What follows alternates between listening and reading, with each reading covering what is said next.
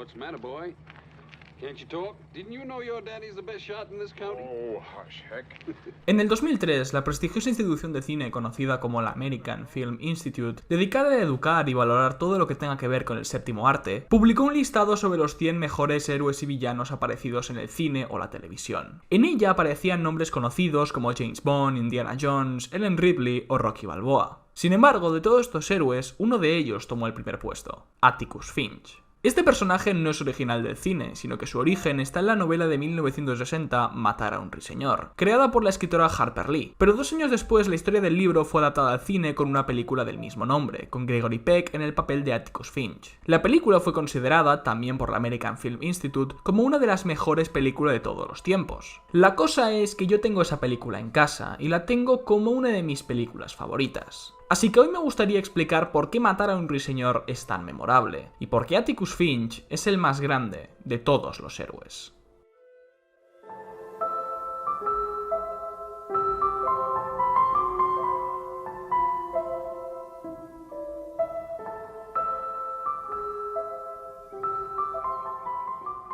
Macon was a tired old town. Even in 1932, when I first knew it. Matar a un ruiseñor empieza con una pequeña voz en off de una narradora, mientras se nos muestra un gran plano general del pueblo en el que se desarrollará la historia. La narradora nos va hablando de cómo era la vida en ese pueblo, de cómo la gente vivía abrasada bajo el calor y la extrema pobreza, mientras que la cámara nos muestra un hombre repartiendo periódicos y otro que va en un modesto carruaje. Esto es importante porque nos sitúa en el contexto, de un pequeño pueblo del sur de los Estados Unidos azotado por la depresión y el atraso. Entonces pasamos a un plano general y se nos revela por fin quién es el que está narrando todo esto. Una niña. Su nombre es Scout, y como ya es introducido al ser la narradora, ella es la protagonista de esta película. Sin embargo, es curioso como lo primero que hace en su primera aparición, aparte de saludar al humilde granjero, es presentarnos a su padre. Atticus Finch hace su aparición en la película al minuto de empezar, y ya con su aparición nos sorprende. Su indumentaria es diferente a la de otros personajes que hemos visto. Lleva corbata y camisa, señal de que es una persona con dinero o de que como mínimo posee un trabajo respetable, y unas gafas que le dan algo de intelectualidad. El contraste con el otro adulto de la escena, el señor Cunningham, es evidente. Por eso es que todos los planos en los que Atticus aparece son contrapicados, una angulación que normalmente se usa para representar fuerza y grandeza, y los de Cunningham todo lo contrario. Incluso en uno donde él está frente a la cámara y Atticus le da la espalda, el segundo tiene más peso visual, además de que literalmente está por encima de él. Sabemos también que el señor Cunningham tiene una deuda con Atticus, que le tiene que pagar con comida por un pleito que él le resolvió. Esto nos brinda la información de que Atticus es abogado, un trabajo respetable, y reitera la pobreza de este granjero, además de la benevolencia de Atticus.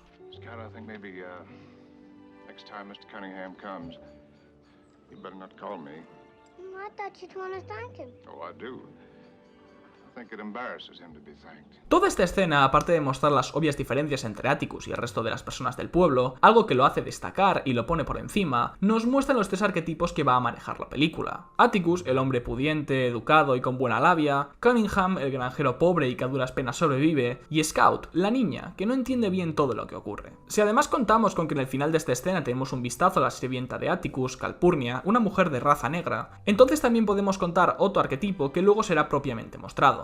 La siguiente escena introduce a otro personaje, Jem, el hermano mayor de Scout, que está enrabietado con Atticus porque este no quiere jugar con él. Desde este punto la película se bifurca en 2 tramas principales, la de Atticus y la de los 2 hermanos. Como este vídeo trata sobre el primero, voy a centrarme más en su historia, pero es posible que en muchos momentos hable de Scout y Jem, y en tal caso intentaré que se entienda lo mejor posible.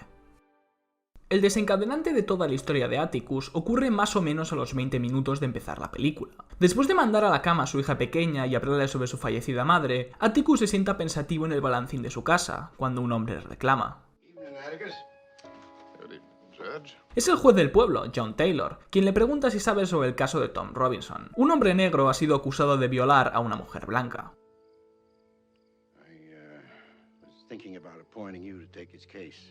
Escenas anteriores nos han hablado y mostrado lo bueno que es Atticus hablando y ejerciendo su profesión. Es normal que el juez le dé a él el trabajo de abogado de oficio. Sin embargo, el caso aquí es defender a un hombre de raza negra, acusado de violación en un pueblo del sur de los Estados Unidos, en una época en la que aún existía la segregación racial.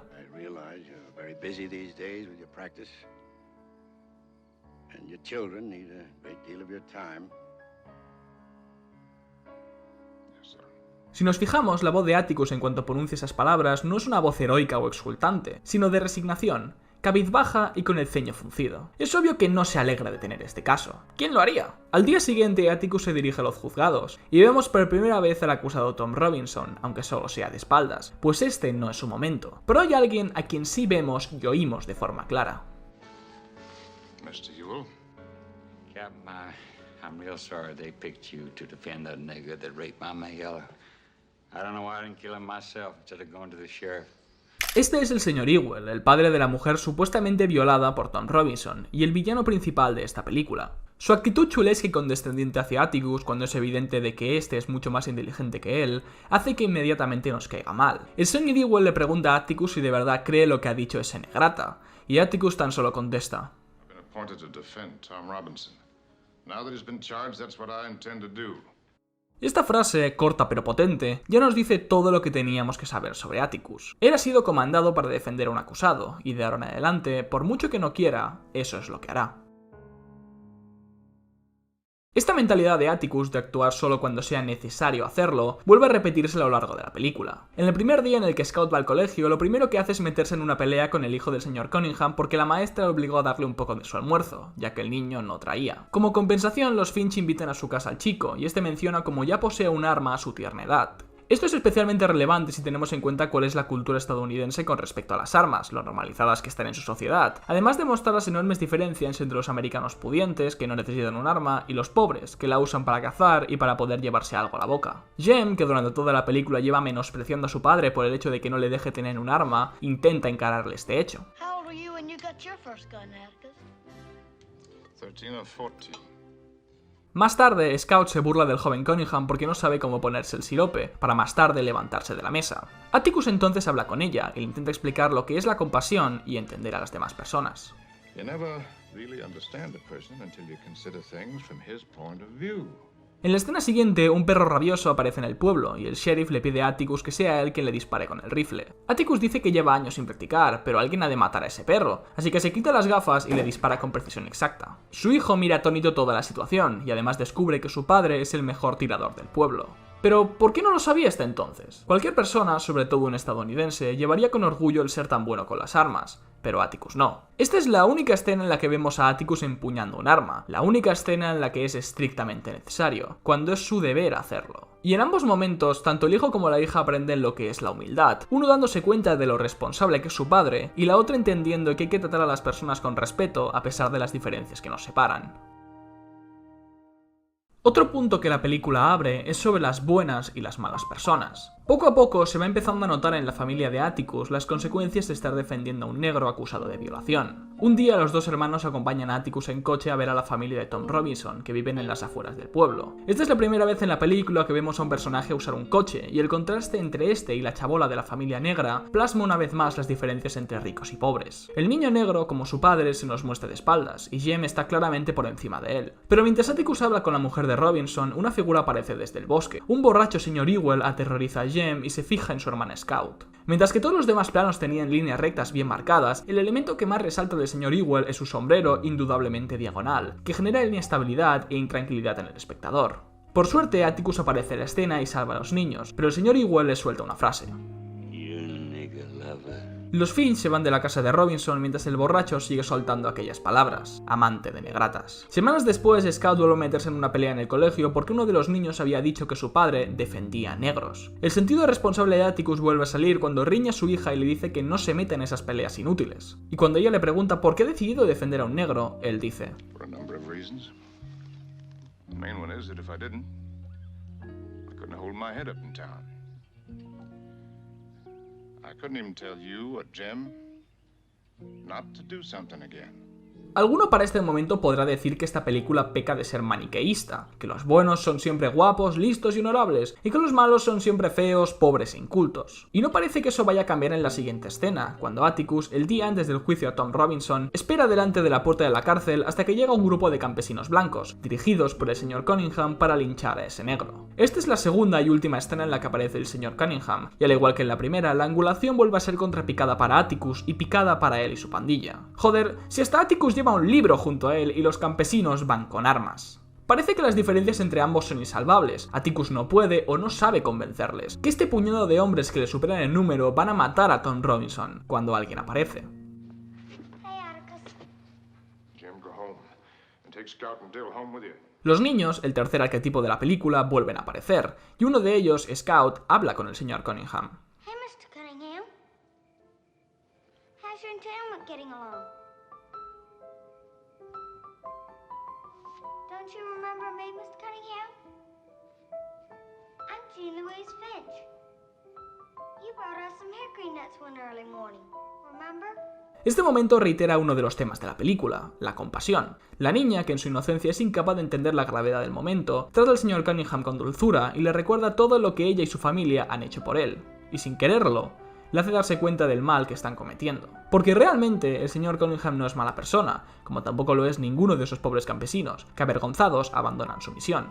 Esta escena, aparte de mostrar la rectitud de Atticus al quedarse toda la noche vigilando la puerta de la cárcel, demuestra que hay gente que, a pesar de seguir las ideas equivocadas, sigue siendo buena en el interior. Let's clear out of here. Let's go, boys. You never really understand a person until you consider things from his point of view. Till you climb inside of his skin and walk around in it.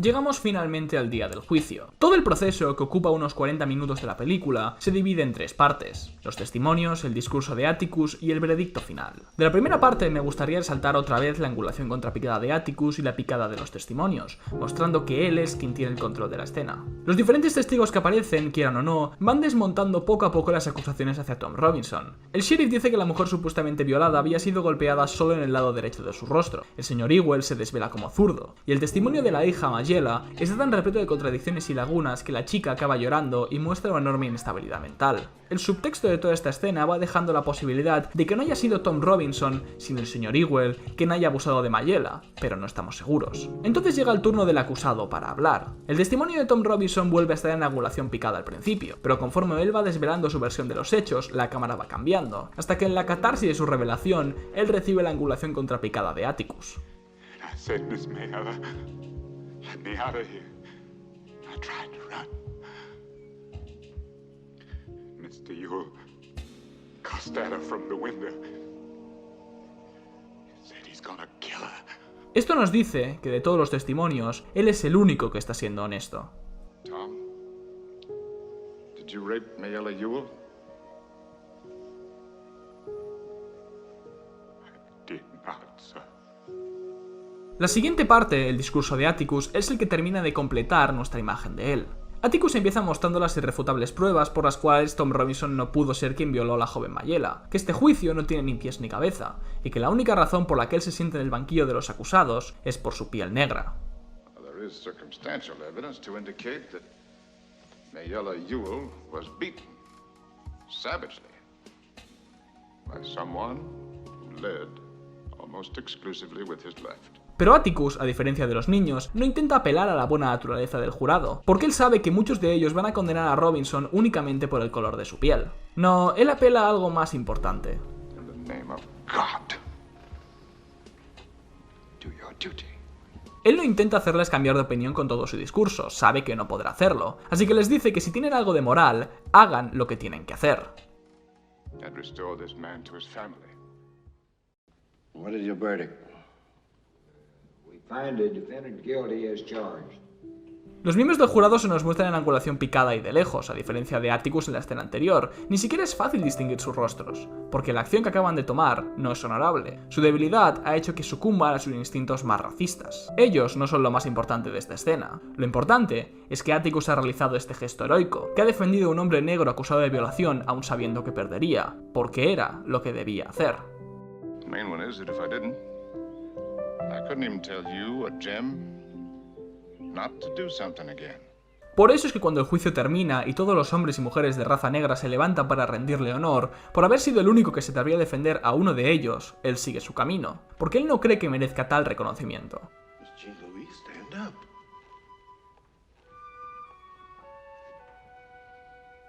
Your father's passing.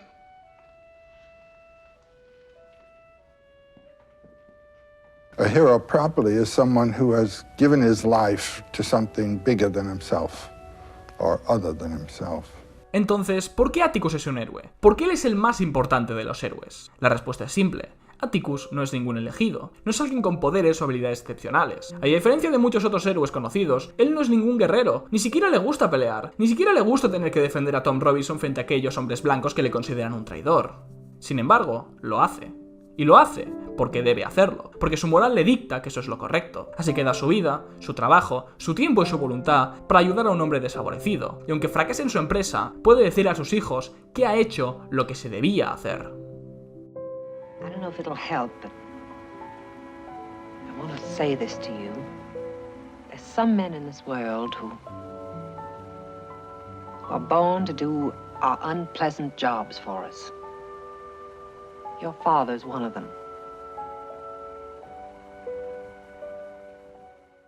El mensaje final de Matar a un ruiseñor es que todos podemos hacer algo y cambiar el mundo si eso es lo que queremos, y que la valentía no reside en la violencia o en machacar al débil, sino en plantarse y luchar por lo que uno cree, aunque todo el mundo te diga que estás equivocado. Por eso es que el villano de la película, el señor Ewell, es en realidad el mayor de los cobardes, alguien que abusó de su propia hija y que lo máximo que puede hacer contra Atticus es escupirle, porque no tiene el valor para nada más. Pasan los años y ahora James es un joven responsable como su padre, que cuida de su hermana Scout, hasta que la figura de Ewell en su máximo acto de cobardía los ataca. Finalmente, el señor Ewell es asesinado no por Atticus, sino a manos de Arthur Radley, el loco del pueblo. Este personaje tiene una historia propia de la que he decidido prescindir durante gran parte de este vídeo, pero que sirve como espejo de la historia de Atticus. Arthur, apodado Boo, era un chico que por su condición mental vivía solo y recluido en su casa, y que sí, era conocido por todo el pueblo, pero por las terroríficas historias que se contaban sobre él. Y es esa misma condición la que la hace la única persona capaz de asesinar al señor Ewell, porque nadie más lo haría. Al igual que Atticus y su defensa de Tom Robinson frente a todo el mundo, Arthur es el único que ha impartido la justicia que aquel tribunal racista no se atrevió a tomar, el único que ha hecho lo que se debía hacer. Y por lo tanto, el sheriff decide cerrar el caso, diciendo que Ewell simplemente se mató con su propio cuchillo. As a black man did for no reason. Now the man responsible for it is dead. Let the dead bury the dead this time, Mr. Finch. La película termina su historia como la comenzó, con un gran plano general de Scout acompañando a Arthur hacia su casa, mientras la voz en off nos explica todo lo que aprendió por aquella experiencia, por las personas que tuvo que ver, por todo lo que le enseñó su padre, de nombre Atticus Finch, el mayor héroe de la historia del cine. I was to think of these days many times, of Jim and Dill and Boo Radley and Tom Robinson and Atticus